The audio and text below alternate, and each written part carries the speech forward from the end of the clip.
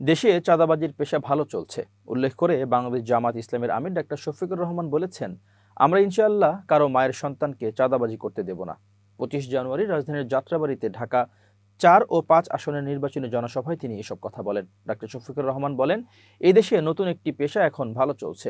এই পেশার নাম কি আপনারা বলতে পারবেন? কি নাম? চাঁদাবাজি। এ সময় জনসভায় উপস্থিত জনতার উদ্দেশ্যে তিনি বলেন, আপনারা কেউ চাঁদাবাজদের ভাই হতে রাজি আছেন? পিতা হতে রাজি আছেন? সন্তান হতে রাজি আছেন? কেউ চাঁদাবাজদের স্ত্রী হতে রাজি আছেন? মা বা বোন হতে রাজি আছেন?